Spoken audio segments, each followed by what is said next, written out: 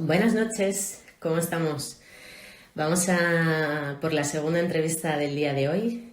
También desde Estados Unidos tenemos un gran profesional como es Ariel García Cuellar.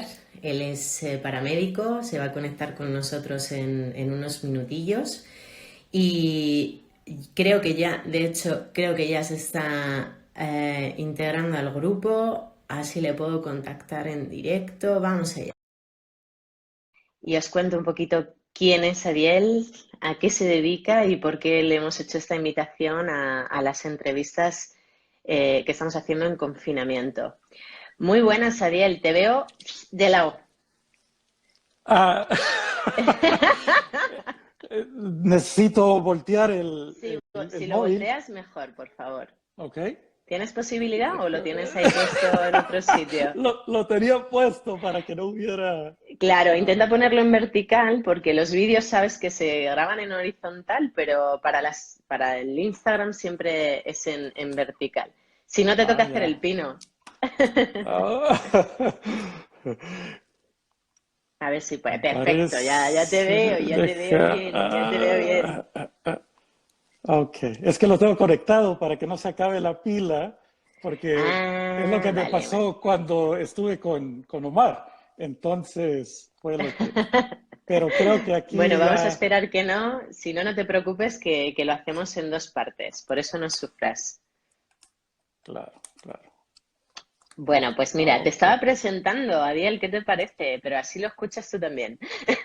Ah, excelente. Bueno, estaba diciendo que hoy tenemos otro invitado, hemos estado con un compañero ya viviendo ahora en Estados Unidos, tú eres mexicano, residiendo en Kansas City y eres paramédico, ¿no? Una de las cosas que más me llama la atención de tu perfil es que has sido paramédico de combate en el ejército americano. Digo, pero Esa este fue mi hombre, ¿dónde formación se inicial. mete, no? ¿Dónde se mete, no? Así Qué es. curioso, qué curioso. Bueno, también has sido profe universitario, tanto en el ámbito de las ciencias de la salud, ¿no? Como ahora en esa parte tan especializada de paramedicina que ahora nos comentarás, ¿no?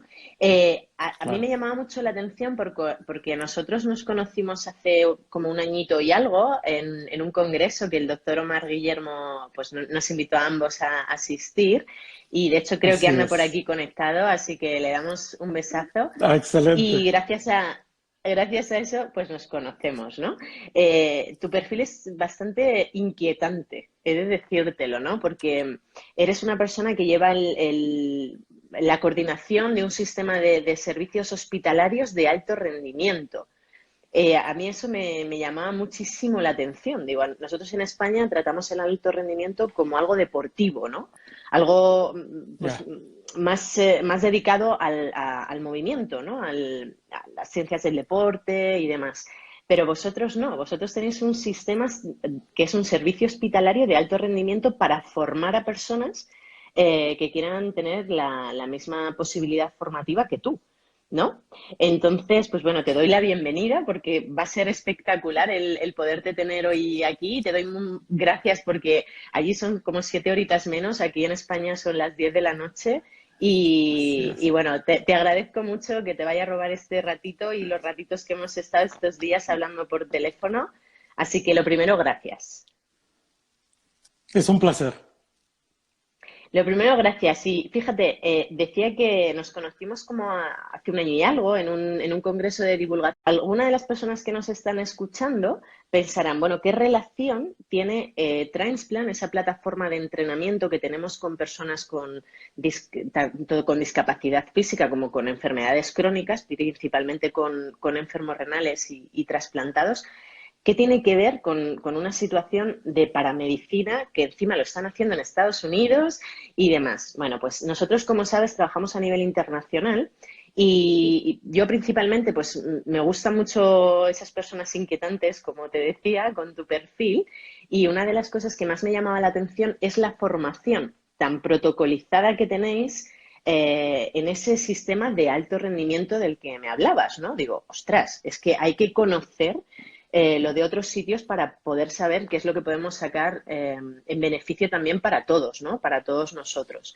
Dicho esto, dime algo positivo, por favor, de este confinamiento, cómo está todo allí en Estados Unidos, cómo te encuentras y ya empezamos con la entrevista. Claro, claro. Bueno, antes que nada, Sonsoles, muchas gracias por la invitación. Es sinceramente un placer reconectarme contigo. Y lo segundo es felicidades por esta iniciativa. Esto no es algo fácil de estar entrevistando gente, de estar investigando, de hacer todo esto.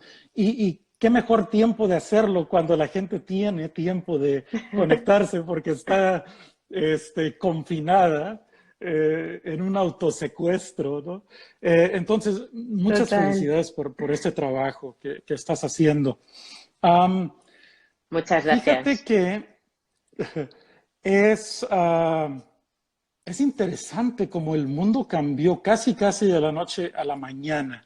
Entonces me preguntabas que cómo estoy aprovechando el tiempo o qué ha Algo cambiado, positivo, algo eso es. positivo, exactamente. Yo, yo diría que lo más positivo es la manera de cómo hemos tenido que cambiar el pensamiento y cómo hemos tenido que reacomodar nuestras prioridades. Por ejemplo, supongámonos que este es el nuevo normal. Supongámonos que esto jamás termina. ¿Y ahora qué vamos a hacer? La gente que se quedó sin trabajo, ¿se va a quedar sin trabajar? ¿Sí me explico? Entonces, si esto fuera el nuevo normal, yo creo que hay de la necesidad nace la innovación. Entonces, necesitamos esos innovadores disruptores, alguien que piensa de manera diferente. Si este fuera el nuevo normal, en mi caso, aparte de ser paramédico, también estoy en la docencia, ¿qué cambiaría? Entonces, me he puesto a pensar y he trabajado en diferentes proyectos, una vez más que a lo mejor ni se concretan porque a lo mejor esto termina en 2 semanas y ya no encuentro la motivación o la necesidad de hacerlo. O a lo mejor transforman la manera que tradicionalmente yo hacía las cosas y que mucha gente y la mejora. Entonces yo creo que eso podría ser lo más positivo que pudiéramos rescatar de esta situación, en muchos de los casos tan desagradable, pero creo que eso sería el lado positivo, ¿no? La verdad es que es una reflexión muy interesante, porque yo nunca me hubiese imaginado esa opción de, ¿y si esta es la normalidad, ¿no? Lo extraordinario es Claro. salir de casa, es tener pues eso, una quedada con los amigos, unos poleos con tu pareja, no sé, nunca me lo hubiera imaginado, ¿no? Por eso, joder, te hace pensar y te hace reflexionar un poco en este ámbito, ¿no? Pero fíjate, dices que si fuera esa situación normal, pero ahora mismo, a día de hoy, nosotros aquí en España estamos, bueno, pues con un índice de contagio muy alto, como has visto en las noticias, con una mortalidad por el virus bastante elevada, ya hemos pasado de las 10.000 personas. Y claro, aquí hay un componente profesional fundamental, que es el sanitario. Porque, claro, necesitamos que nos cubran esa necesidad de salubridad, ¿no? Y para eso están los profesionales. Aquí tenemos los médicos, tenemos los enfermeros, auxiliares y todo lo que conforma a ese vínculo o ese sistema entre la sanidad y la población, ¿no? Pero vosotros allí, o sea, ¿en qué consiste tu trabajo de paramédico? ¿Cómo gestionáis eso? Porque aquí digamos que lo tenemos más o menos claro. Pero vosotros sois también Claro. súper importantes ahora. En qué consiste tu trabajo de paramédico? Bueno, creo que a grandes rasgos es lo mismo, pero la manera que lo desempeñamos es diferente. Es decir, entonces Ujú, un paramédico se activa de manera oportuna para responder en ambulancia a una emergencia y hace una evaluación, hace un tratamiento y hace un transporte al ujú, hospital. ujú. Pero en España trabajan bajo el modelo prehospitalario franco-alemán y en Estados Unidos y esta parte del oeste, ¿no? Todas las Américas, vamos a decir, Ujú, trabajamos bajo el modelo prehospitalario angloamericano. Entonces, ¿cuál es la diferencia? El modelo franco-alemán, en este caso del SAMU de ujú. España, este, trabaja, cuando llega a la escena, estabiliza y se queda en la escena, a veces por muchísimo tiempo, o lo que los americanos consideramos muchísimo tiempo, 30, 40, 50 minutos, ¿no? Intentando Ujú, estabilizar al paciente en el sitio. Entonces, básicamente ellos llevan el hospital hacia el paciente. Y totalmente. cuando tiene que ingresar, a veces ingresa directamente a la sala o el piso donde lo necesitan. O sea, hay un ingreso directo a la unidad de cuidados intensivos, a la unidad coronaria, etcétera.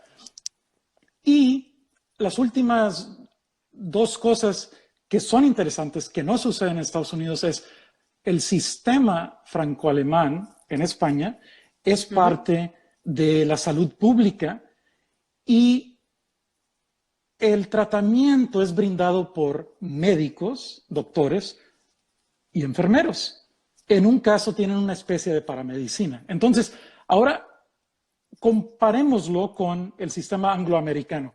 Entonces, el sistema angloamericano funciona cuando llega a la escena de algo que le llamamos cargar y llevar. Quiere decir que básicamente dentro de muy poco tiempo, 5 minutos, 10 minutos, montamos al paciente arriba de una ambulancia y lo llevamos rumbo al hospital.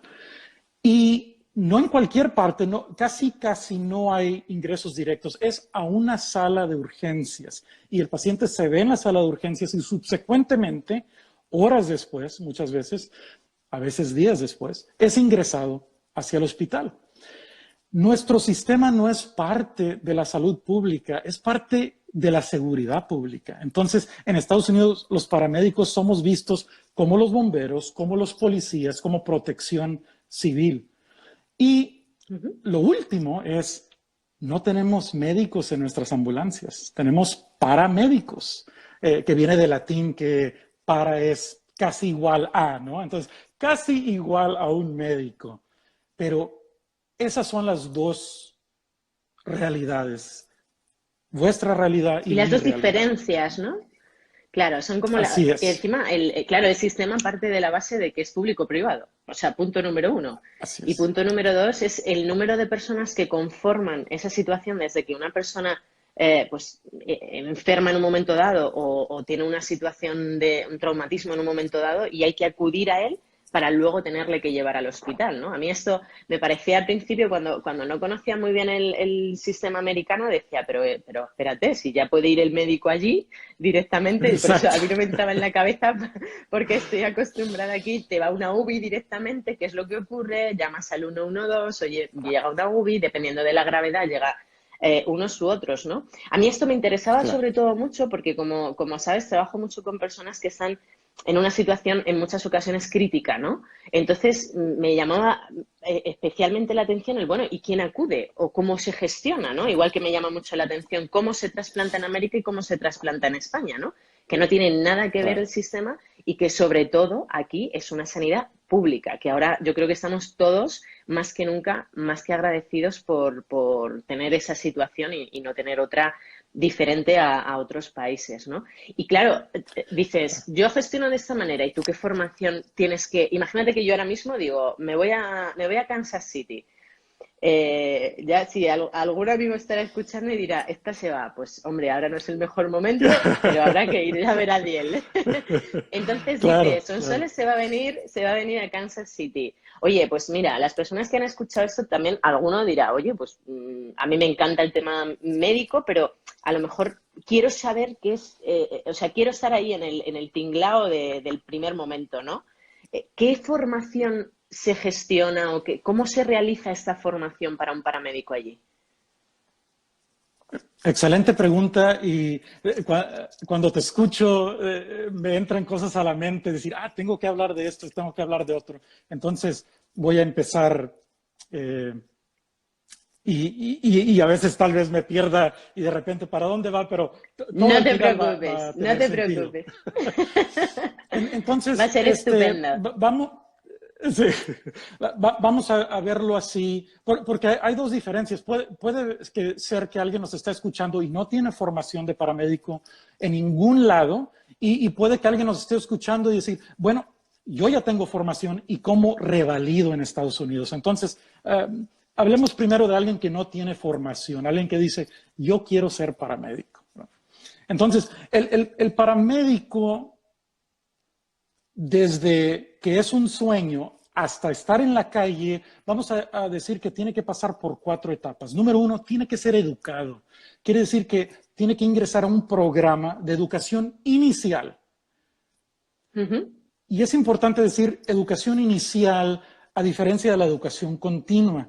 En muchos lugares donde la educación inicial ha fallado, intentan llenar esas grietas con educación continua y funciona más o menos. No es lo mejor porque no fue diseñada para eso. Entonces, ¿qué es la educación inicial en Estados Unidos para un paramédico? Se forma en una universidad.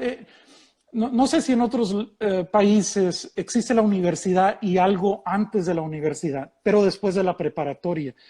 En Estados Unidos le dicen junior college, ¿verdad? O college. Sí, sí. Aquí no Básicamente, existe, no pero existe. sí, sí que Ok, existe en otros países. Aquí pasas ya. directamente a la o sea, está el instituto, la high school como tal, y está Ajá. la universidad. Ya. En México a esa parte le llaman técnico superior universitario y hay técnico Ujú. superior universitario Claro, aquí sería paramédico. como una formación profesional, se denominaría Ok, aquí en España. O sea, tienes posibilidad o excelente. de terminas, ¿no? Secundaria, y a partir de Ajá. ahí o puedes hacer una formación profesional o puedes ir a la universidad. Tienes esa doble vía. Ya, En tu ok, caso, por lo que me dices, sería como la formación profesional. ok.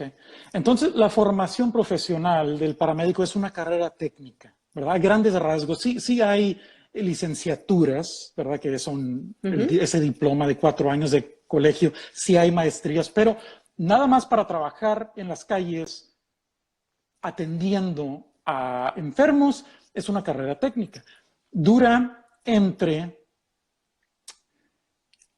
18 a 24 meses. Y le pienso un Ujú. poquito porque en realidad hay 4 niveles. Hay el primer respondiente, es una formación que dura 60 horas, tal vez. Hay el técnico en urgencias médicas avanzado, que dura Ujú. 150, 200 horas adicionales. Me brinqué una. Y hay el técnico en urgencias médicas, lo que mucha gente le dice el básico. Esas son como Ujú. 150 horas adicionales. Entonces está el avanzado, que son otras 150 o 200. Y luego está el paramédico, que es un mínimo de 1000 horas más. Y cuando hablo de horas, estoy hablando de horas didácticas, psicomotrices y afectivas, ¿no? Es difícil enseñar lo afectivo, ¿no? Lo afectivo trata con los sentimientos, pero hay una formación de sentimientos hacia los enfermos. Aparte de esto, porque hablo de horas, más y más empiezan la educación de alto rendimiento a basarse en competencias y no en horas. Por ejemplo, antes decíamos, ya que termines esta formación dentro del aula, necesitas pasar 200 horas en una ambulancia.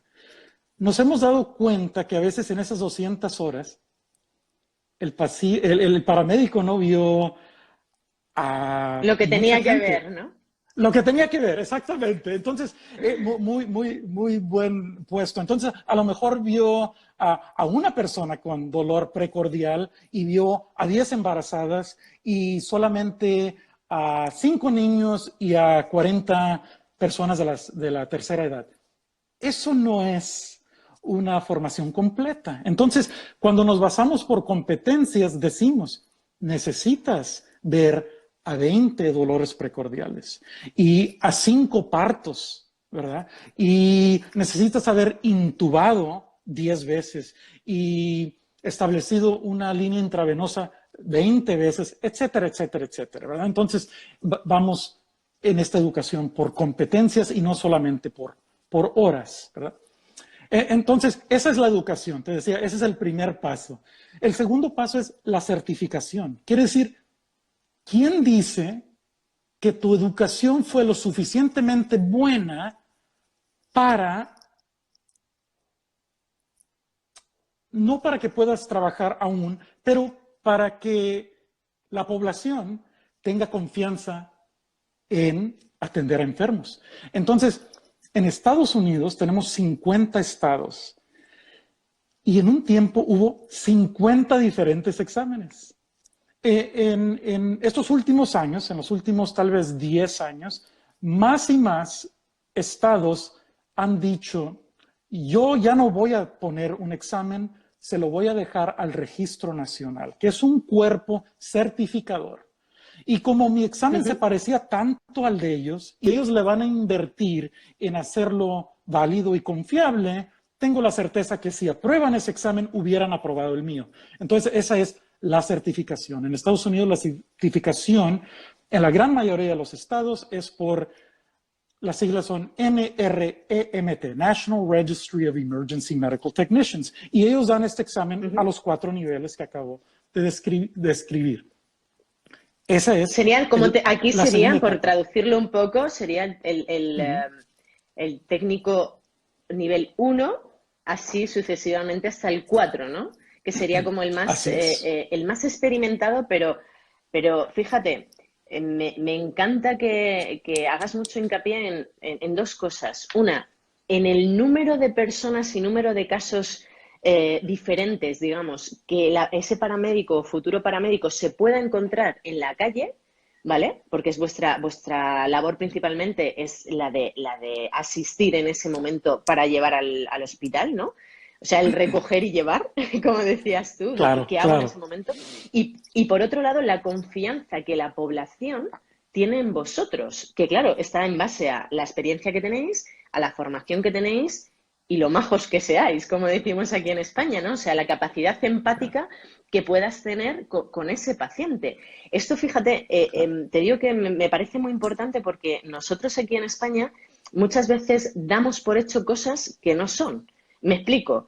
El hecho de que una persona tenga un grado, el que sea, o una carrera universitaria, la que sea, o un técnico, lo que sea, desde mi punto de vista, en muchas ocasiones no sea la formación práctica suficiente. Práctica es de ver a esas personas, qué es lo que pasa, qué es lo que pueden hacer, cómo le puedo actuar, porque no es un libro, es una persona con sentimientos, con situaciones, no sabes quién es, no sabes por dónde te va a salir, ¿no? Y aquí yo creo que deberíamos ser un poco más americanos en ese sentido, uno, de creernos que podemos hacerlo y 2, de hacerlo de verdad y hacerlo con las personas que realmente, con las que vamos a trabajar, ¿no? Que realmente se van a beneficiar de ese servicio.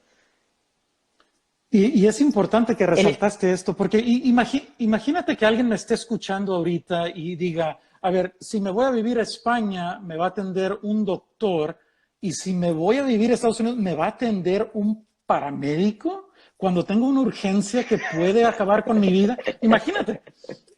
Y es una pregunta muy, muy válida. me Y, parto. y, y, y ha habido estudios que han comparado, obviamente tendríamos que comparar 1000 puntos, ¿no? Desde la reanimación cardiopulmonar hasta, Cardiopulmonar. sí, hasta el asma, ¿no? Una crisis asmática, etcétera, etcétera.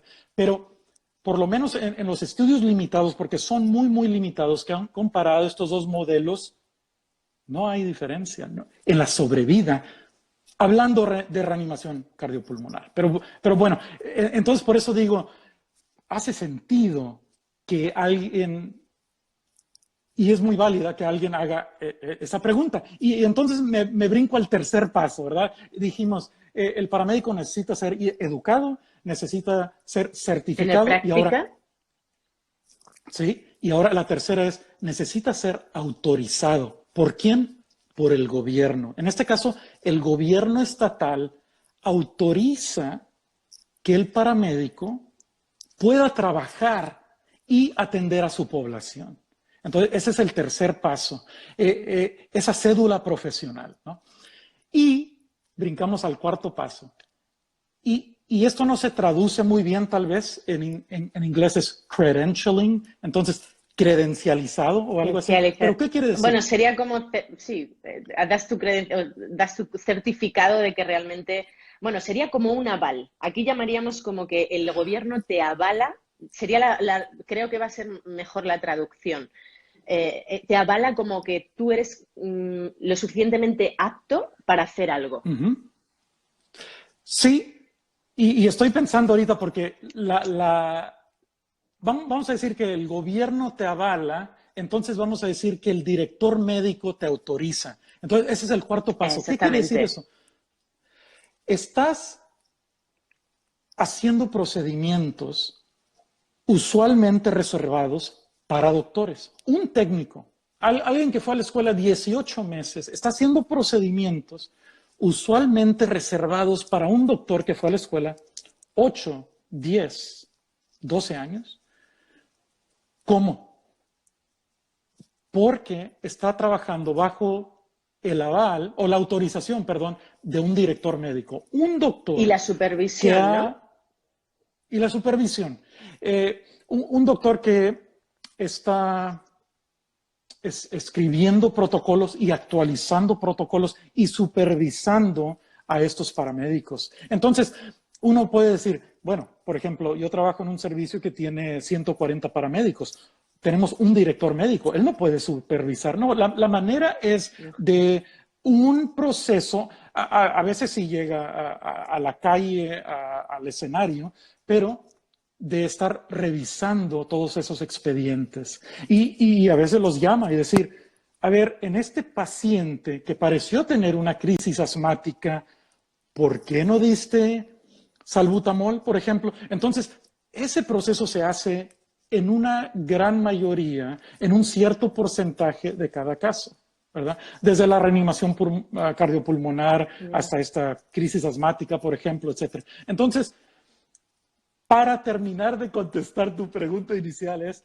en Estados Unidos necesita un paramédico ser educado, certificado, avalado y autorizado. Esos son los 4 componentes para poder trabajar en la calle respondiendo a urgencias médicas.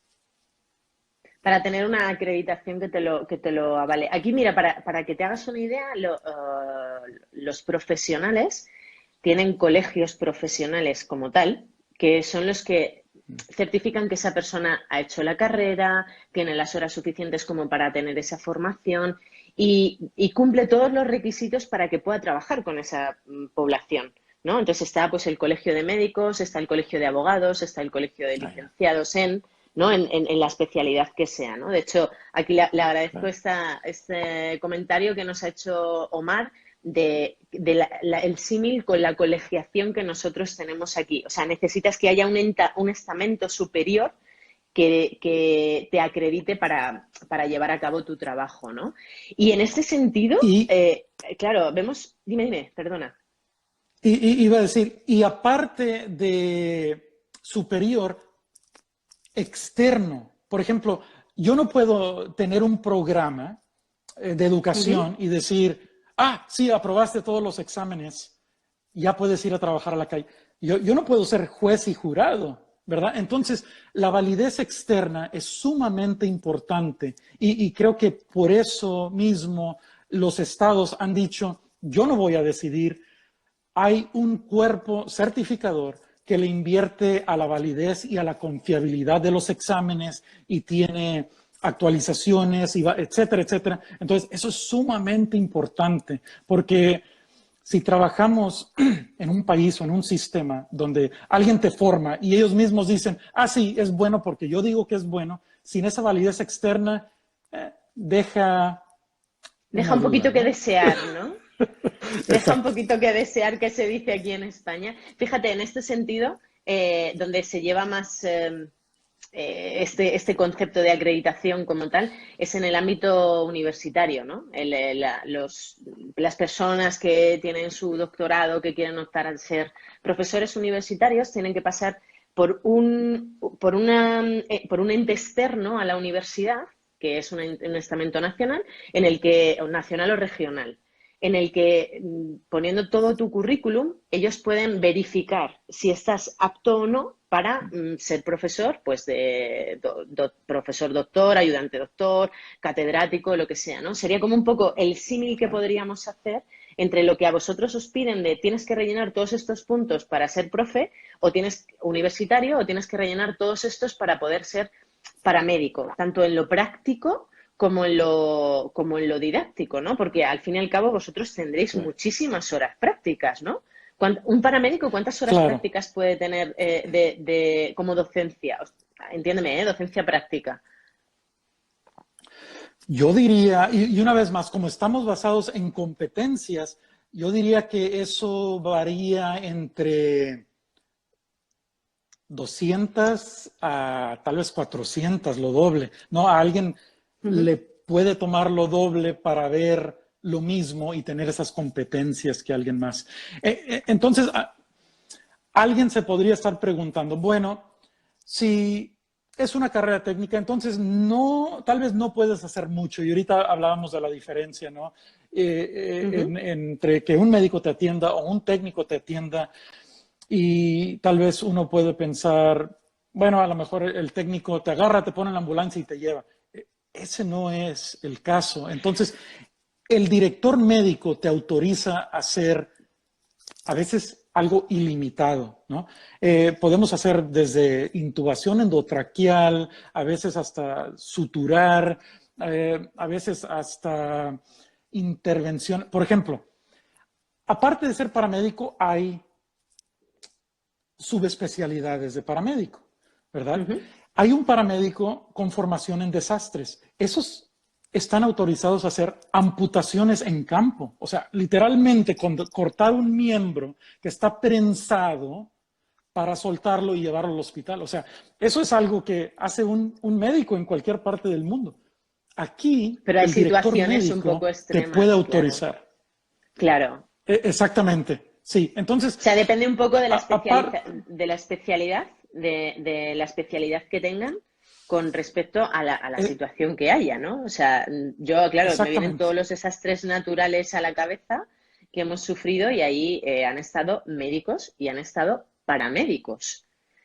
Siempre Claro. con esa supervisión, como decíamos antes, o bueno, pues ese ok por parte del médico o del coordinador, ¿no? En ese caso, para llevar a cabo este tipo de Claro, acciones, ¿no?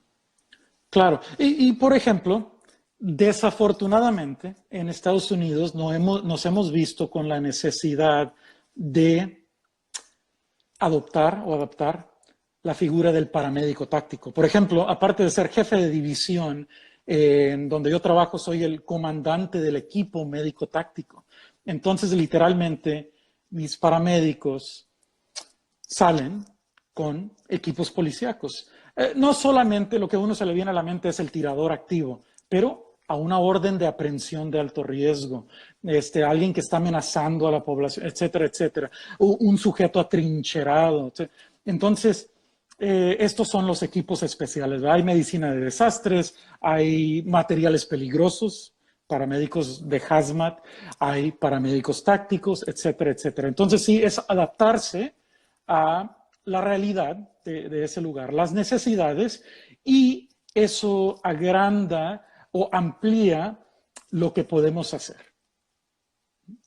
Totalmente de acuerdo. Y de hecho, creo que de aquí, va a ser mi siguiente pregunta, eh, tú antes al principio de todo hablabas de la diferencia entre un país y otro, ¿no? Claro, yo desde que hemos hablado en los últimos días te decía, me interesa mucho poderte entrevistar, entre otras cosas, por la formación y entre otras en que tenéis un protocolo súper estandarizado para actuar. Cosa que nosotros en muchas ocasiones te hablo como profesionales ahora mismo del ámbito del ejercicio, ¿no? Decimos, bueno, imagínate que ahora mismo yo soy una entrenadora que está en un centro deportivo X y tengo a 100 personas entrenando en la sala. Cuando ocurre algo, nosotros estamos, digamos, un poco acostumbrados a tener una formación en primeros auxilios, ¿vale? Pero, bueno, pues sabemos que en muchas ocasiones no es la suficiente. Y vosotros en este caso lo hacéis como un poco al revés. Tenéis un protocolo brutal con una formación muy grande en lo que puedan ser catástrofes, sistemas un poquito más controvertidos, porque claro, tenemos en cuenta que es Estados Unidos y en Estados Unidos tienes al abogado en la calle para que te diga qué ha pasado con esto, ¿no? Es la diferencia que aquí eso no, pero allí sales de un Absolutamente. gimnasio, se te ha caído una mancuerna al pie y a lo mejor ya estás en la trena o en la cárcel mañana, ¿no? Entonces, en ese sentido, el protocolo, tú como coordinador, tú coordinas a muchísimas personas, porque tienes a los bomberos, a los médicos, tienes a varios profesionales.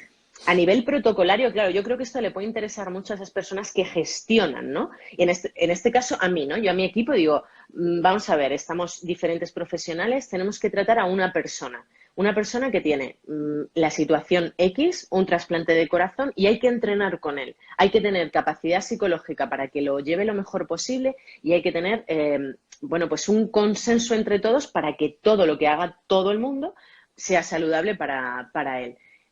¿Qué recomendaciones me darías para que lo pudiera hacer bien y en las mejores condiciones? Tú que estás muy acostumbrado a trabajar con mucha gente y con mucho protocolo. Eh, Es somero, básicamente. Tenemos un protocolo actualmente en este sistema de alto rendimiento. Este, tenemos a 140 de mis paramédicos, llamémosle así, y 800 bomberos. Entonces, ¿cómo vas a asegurarte que esos 1000 elementos hagan las cosas de la manera que el director médico ha autorizado y quiere? Tenemos un protocolo para lo que te imagines. Ahora, el Me lo imagino protocolo, porque sí, entras por la calle protocolo. sí, sí, pero el protocolo no sustituye el juicio clínico y el protocolo no es para agarrarse en ese momento y estar hojeándolo y decir, ¿qué tenía? A ver, ¿y cuánto es? No, no, no, es la formación inicial y esos 4 pasos que hace rato hablábamos es sumamente importante para que tú tengas la confianza que el paramédico va a llegar, va a hacer las cosas de la mejor manera y a lo mejor sí necesita el protocolo para decir, la dosis era .3 o .4 de cualquier médico. Ah, ok, excelente. Y aclara alguna duda. Pero ¿cómo llegas a ese punto? El entrenamiento, la educación y la capacitación continua y constante. Entonces, te cuento rápidamente, o rapidito. Nosotros, cada febrero, mayo, agosto y noviembre, todo ese mes, entrenamos a los 1000 elementos en temas al azar. Nos reunimos los jefes de entrenamiento y decimos, ¿qué queremos hacer? Y dice, ¿sabes qué? La última vez que tocamos el tema de una crisis convulsiva fue hace 2 años. Ok, y hacemos un escenario de una crisis convulsiva. O aparte, agarramos las lecciones aprendidas. ¿Sabes qué? Que hace un mes tuvimos un mal manejo de una crisis asmática. ¿Será que necesitamos recordarles que primero es el salbutamol y le puedes dar 3 dosis y luego pasan al siguiente medicamento? Ese tipo de cosas. Obviamente no podemos entrenar a 1000 gentes a la vez, pero lo que A la hacemos es que vez. vamos rotando las compañías y las ambulancias. Entonces tenemos entre 15 y 20 a la vez por 3 horas en la mañana. Los regresamos a sus estaciones, que se sigan trabajando, y luego otros 15, 20 en la tarde, y hacemos eso todo el mes. Entonces, los entrenadores, los educadores, damos la Te misma aburres poco, capacitación como ¿no? 50 veces. Así Por es, eso te digo que te aburres poco, ¿no? así es. Es una Ahora, manera, uf. Es una manera de llevarlo, pero a mí me encanta porque es una forma de que todo el mundo sepa lo que todo el mundo hace y cómo todo el mundo actúa, porque al final es una piña, ¿no? O sea, yo algo que sí que envidio mucho a los americanos, bueno, envidio muchas cosas porque es un país que tiene sus cosas muy buenas, muy malas, igual que todos, pero hay una cosa, yo creo que está por encima de lo demás y que es que realmente hacen todo lo posible para hacerlo bien. O sea, sois puros trabajadores en ese sentido. Aquí, bueno, pues tenemos la picaresca española muchas veces, ¿no? Ahora se dice tenemos que estar confinados y el uno se va a correr, al otro le pillan no sé qué. Pero en ese sentido sois como muy patrióticos a la hora de decir, vamos a hacerlo por el bien común, ¿no? Y en ese Claro, sentido creo que tenemos que aprender mucho porque seguro que todos van a la formación, están deseando de que ocurra para hacer las cosas en condiciones, que no digo que aquí no queramos, ¿eh? Pero sí claro, que es claro. la forma de llevarlo un poco a nuestro campo, ¿no? O sea, es, Sí, es de otra manera y yo creo que también es mucho la cultura en ese sentido, ¿no? Es bastante absolutamente. interesante. Bastante interesante. ¿Y tú de Y, y todo ac- esto, qué consideras que nos puede aportar a España? O sea, si ahora mismo vamos a hacer 2 estancias, ¿vale? Hemos dicho que Sonsoles se va a ir a Kansas City contigo y me voy a formar allí. Y esa parte, vale, la hemos comentado. Ahora imagínate que en alguno de los hospitales donde colaboro y demás dicen, ostras, pues mira, vamos a poder tener aquí a 4 personas para hacer formación. Y viene Adiel y se viene a Madrid. Eh, ¿Tú qué consideras que puedes aportar aquí? Que digas, es que esto os vendría fenomenal a nivel sanitario y claro, y a nivel formativo, ¿eh? Porque esto al claro. final es un trabajo multidisciplinar. Sí, sí.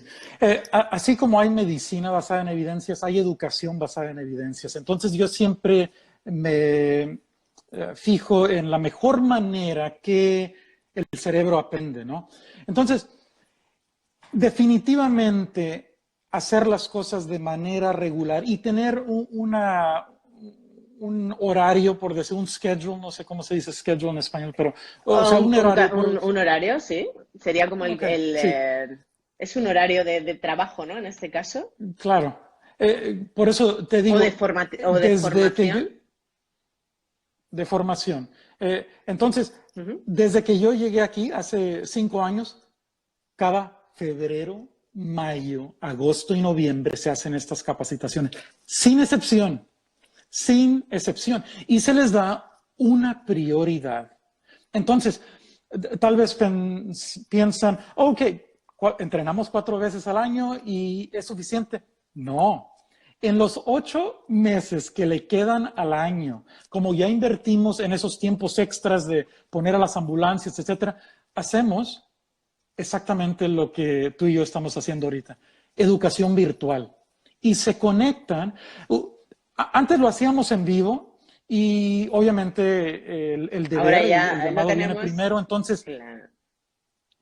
se interrumpía. Entonces ahora hacemos grabaciones de media hora y cada mes que no estamos entrenando en vivo, hacemos 2 entrenamientos de media hora, o sea, 1 hora en total, una vez más de Ujú. diferentes temas. Puede ser media hora de trauma y media hora de cardiología.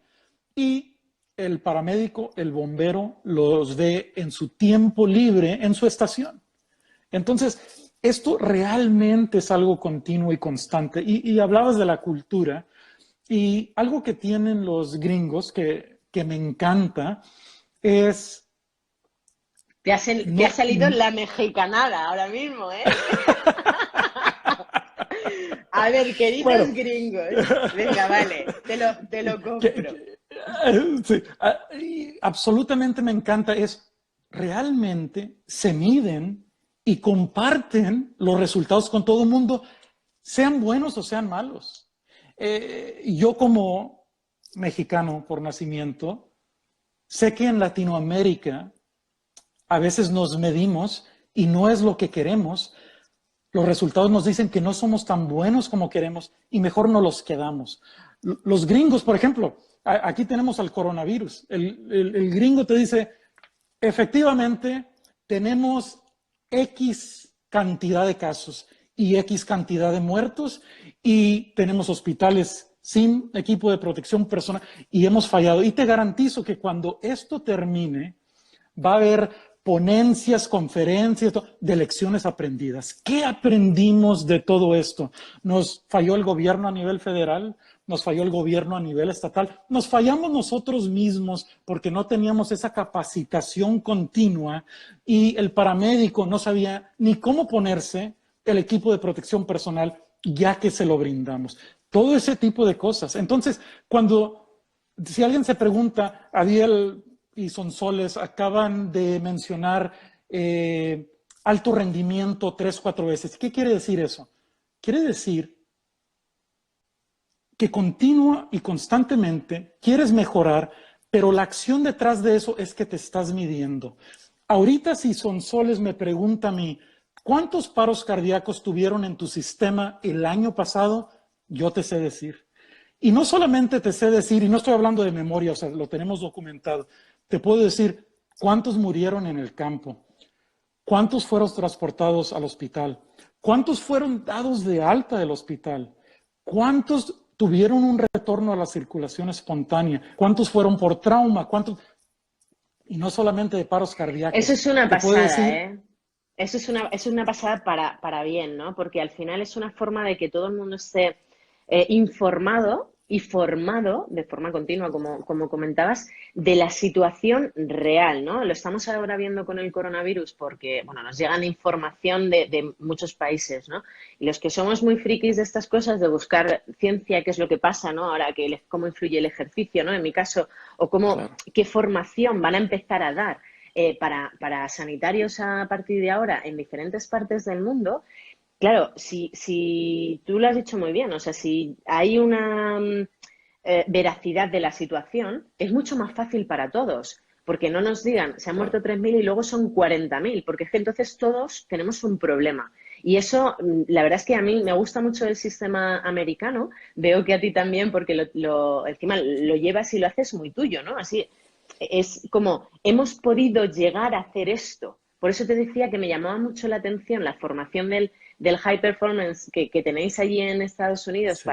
para algo asistencial y nosotros lo tenemos aquí para deporte y no lo tenemos para los profesionales, cuando realmente tendría que ser como el alto rendimiento de lo que sea. Y aquí me da igual que sea sanitario o que sea cualquier otra profesión, ¿no? Entonces, en ese sentido, Claro. que lo estáis haciendo. Creo que lo estáis haciendo muy bien. Creo que vuestra labor como paramédicos es fundamental porque es ese vínculo entre lo civil y lo sanitario, ¿no? Es esa persona que tiene que llegar para que realmente alguien no fallezca o alguien no le pase algo peor de lo que tiene en ese momento y le lleves al hospital. Pero claro, yo no me puedo ir hoy sin preguntarte algo y en positivo, ¿no? Tú eres una persona que ha sido paramédica de combate en el ejército americano. O sea, aparte de que eres un tipo estupendo y da gusto, siempre que hablo contigo da gusto porque se aprende un montón y sabes que a mí me encanta, pero claro, me encantaría terminar esta entrevista con algo muy bonito y muy positivo que te haya pasado como paramédico en esa situación de combate. Wow. Que esa no te la esperabas, ¿eh? Pero quiero que te emociones, que para eso se hacen estas cosas. Mira, la vida es todo lo bonita que tú quieras, Adiel. Y creo que Claro. juntar a los profesionales hablando de algo tan estupendo como lo que nos gusta, a lo que nos dedicamos. De hecho, te lo pregunto por una razón, porque yo entreno a personas que tienen una segunda oportunidad. Y me encantaría que me dieras tu visión como paramédico de algo precioso que te haya pasado, porque a mí lo más bonito que me pasa es poder ver mucho mejor a las personas que entreno. Y te lo digo con la mano en el corazón y te lo digo feliz de lo que hago. Entonces me encantaría que compartieras con nosotros una situación también positiva y que nos vayamos con ese buen sabor de boca de qué bueno es vivir y qué bonito todo esto, ¿no? Te voy a Te dejan unos responder. No, no, no, minutitos, no, ¿eh? Te dejan no. unos minutitos para que te explaras. Lo que pasa, Sonsoles, es que cuando me pides que reflexione sobre el servicio en el ejército americano. Pero algo positivo, obviamente la gran mayoría de las cosas que me vienen a la mente no son tan positivas Por eso por te la pido lo situación, ¿no? Obviamente.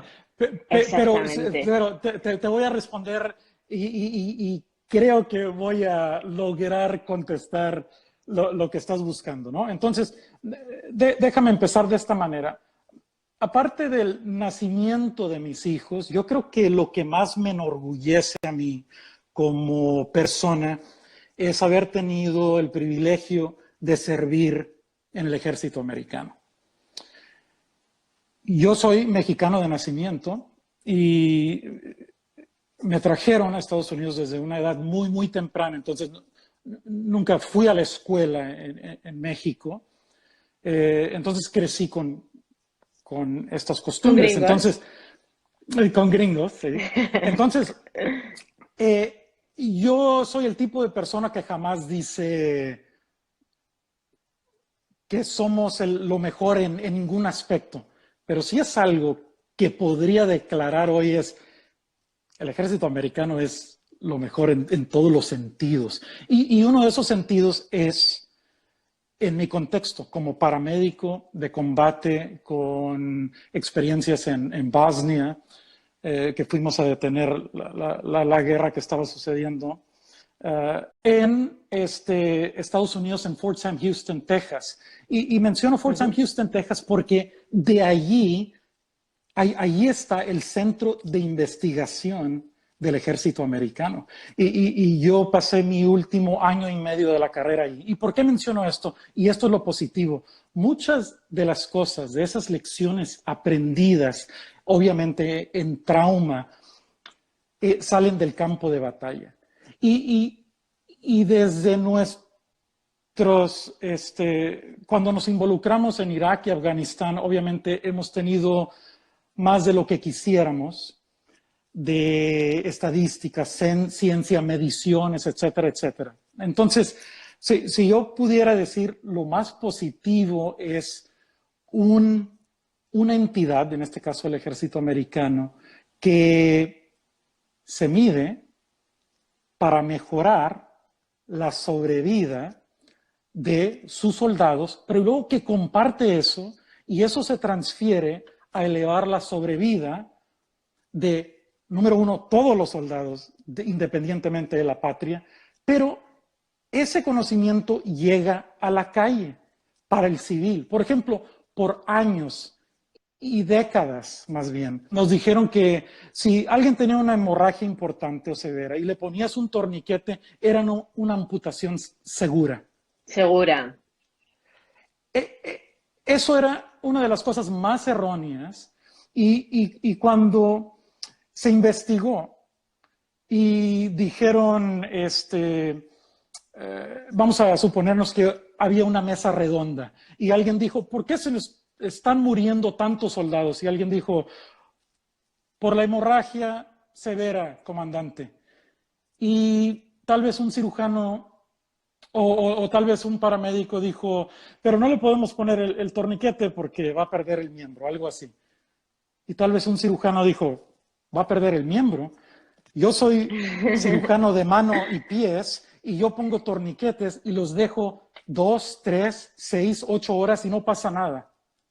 Que no pasa nada. Entonces, hasta que pusimos a toda esta gente en esa mesa redonda y hubo esa lluvia de ideas, nos dimos cuenta que poquita gente sabía un poquito y otra poquita acá sabía un poquito y otra poquita acá tenía una diferente noción, pero nos dimos cuenta que cuando sumábamos era una sinergia, ¿no? O sea, 1 más 1 ya no era 2, 1 más 1 era 3, o 1 más 1 era 5.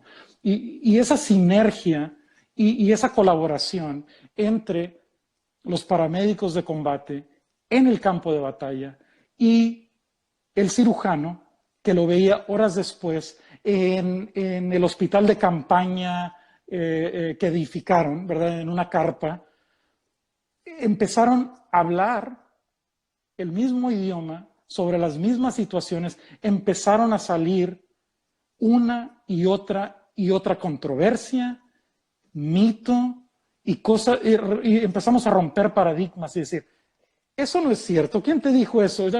Y empezó la ciencia a salvar vidas. Tal vez no había habido tanta ciencia que había sido descubierta hasta